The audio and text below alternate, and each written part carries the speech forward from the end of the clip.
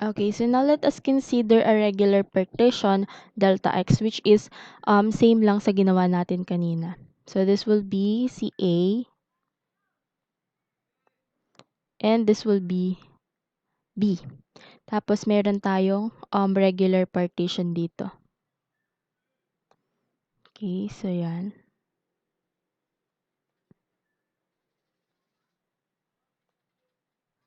And yan. Okay. So this will be f of z1. Dito na lang. This is f of z sub 2, f of z sub 3, and f of z sub n, for example. Then this will be our delta x, which is same sa mga dito. So this is x sub 0, x sub 1, x sub 2, x sub 3, and x sub n. Okay, so this is our Riemann sum. And if we are going to calculate the area under this curve using integration, ito yung magiging formula natin. And what we will substitute for delta x will be b minus a, which are the points bounding the curve, over n, which is the number of the partition. Z sub I is equal to a plus ix. So the definite integral of a continuous function, this is the continuous function y is equal to f of x. So the definite integral of a continuous function f over the interval a, ito, si a and b, denoted by this one. So kapag sinabing definite integral of a continuous function, ibig sabihin ito na siya. Integration of the function multiplied by delta x with limits. Kasi meron na tayong bounding points. Denoted by the integral of f of x dx. Dapat may dx dito. F of x dx limits from a to b is the limit of a Riemann sum as the number of subdivisions approaches to infinity. So ito, yung Riemann sum natin where n approaches infinity, or the number of subdivisions approaches infinity, is equal to the definite integral of f of x dx limits from a to b. So we can now solve the area under this curve using integration and not by a summation notation. Okay, so kailangan mo lang tandaan yung mga values na to or mga formulas na yan. Okay, so let's try examples. Okay, example number 1. Okay, so we have the integral of the function 2x minus 1 dx limits from 1 to 3. So the first thing na gagawin natin is to find the value of our delta x. And our formula is given dito, which is b minus a raised to n. Okay, so this is our b and this is our a. So b minus a tayo. So 3 minus 1 all over what is n? Unknown. So ilagay natin dito n. Okay, so that is the value of our delta x. Simplify natin, that will be equal to 2 over n. And for our z sub I naman, our formula will be a plus I x. So, what is our a? Okay? Correction lang dito, that should be delta x. I delta x, okay? So, sorry about that. Correct yun na lang. That will be I delta x. So, this will be A. What is A? That is 1. Plus, si delta x natin is 2 over n times I.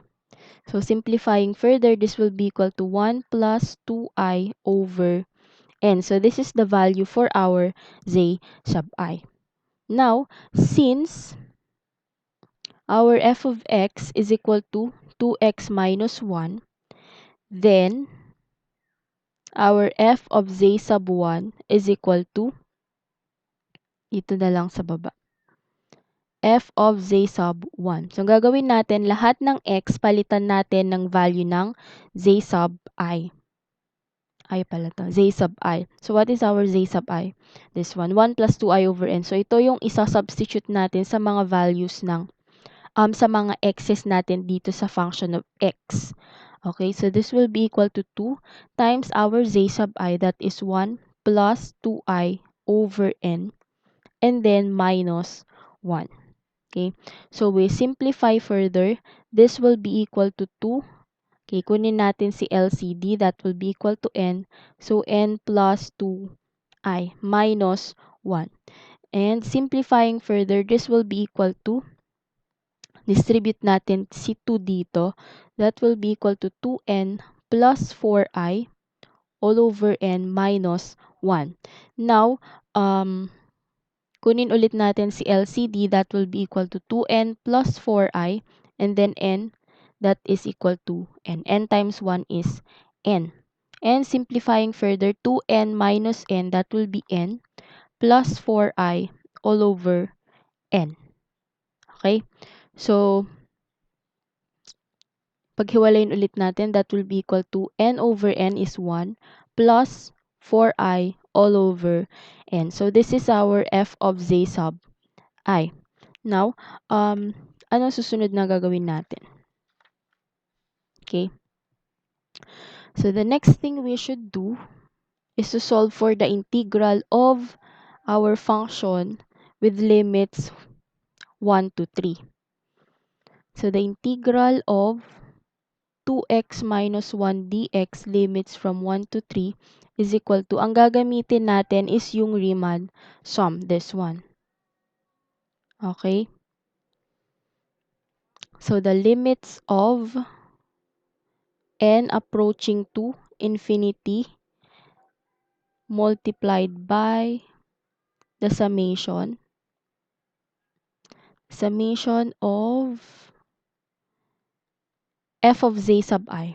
Ito, 1 plus 4i over n times si delta x natin, which is si 2 over n.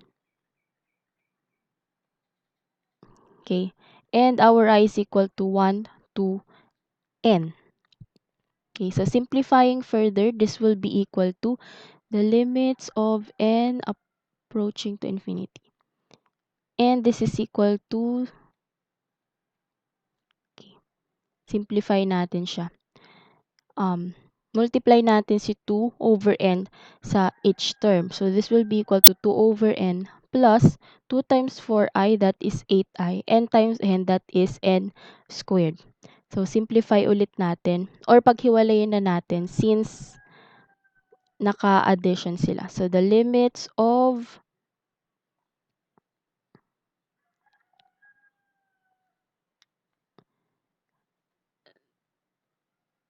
that is 2 over n, I equal to 1 raised to n. Okay? And then plus the limits of, or mamaya na to. Ito na lang muna. Plus the summation of 8i all over n squared from I equal to 1 to n. Okay, since this is treated as constant, so i-isolate natin siya. So, limits of 2 over n times the summation of 1. Or the summation of a constant na lang. So, 2n times n. Tama? So, this will be equal to n. Plus the summation of, ito, isolate natin si 8 over n squared. Since constant siya. And then the summation of our I. From I equal to 1 to n. Okay? And from there, simplify pa natin. Of course, this will cancel. And limits of 2 plus 8 over n squared multiplied by the limits of I, that will be equal to n times n plus 1 all over 2. Okay? N to infinity. And this is equal to the limits of 2. Okay. So, simplify natin to. This will be equal to 8 over n squared times n squared plus n all over 2. Okay? Or we should just cancel muna si n dito.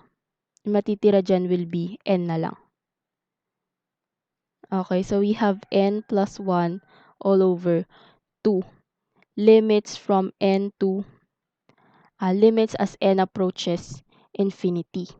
Or then we can also reduce this to lowest term. Ito, si 2 and si 8. So, magiging 4 na lang to. And wala na tayong denominator dito. Okay, so simplifying further, this is equal to 2. Distribute natin si 4n.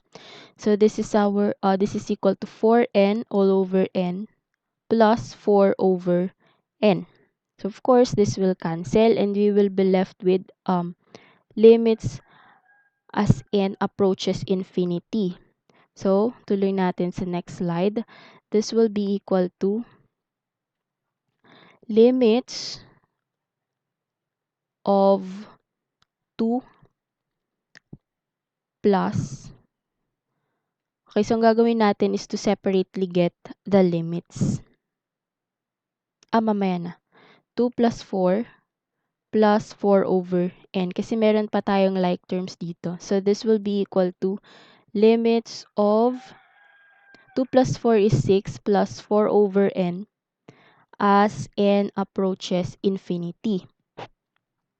So, if you remember yung pagkuha ng limits ninyo sa differential calculus, separately kunin natin yung limits. So, this is equal to limits of 6 as n approaches infinity plus limits of 4 over n as n approaches infinity. So, the limit of 6 is equal to 6. Okay? Kasi wala naman tayong n dyan. And then plus the limits of 4. So, substitute natin si infinity dito. So, this will be equal to 4 over infinity. And 4 over infinity is approaching to 0. So, that will be equal to 0. Therefore, the integral of our function 2x minus 1 dx limits from 1 to 3 is equal to 6. Okay? So, that is the integral of the definite integral of our function.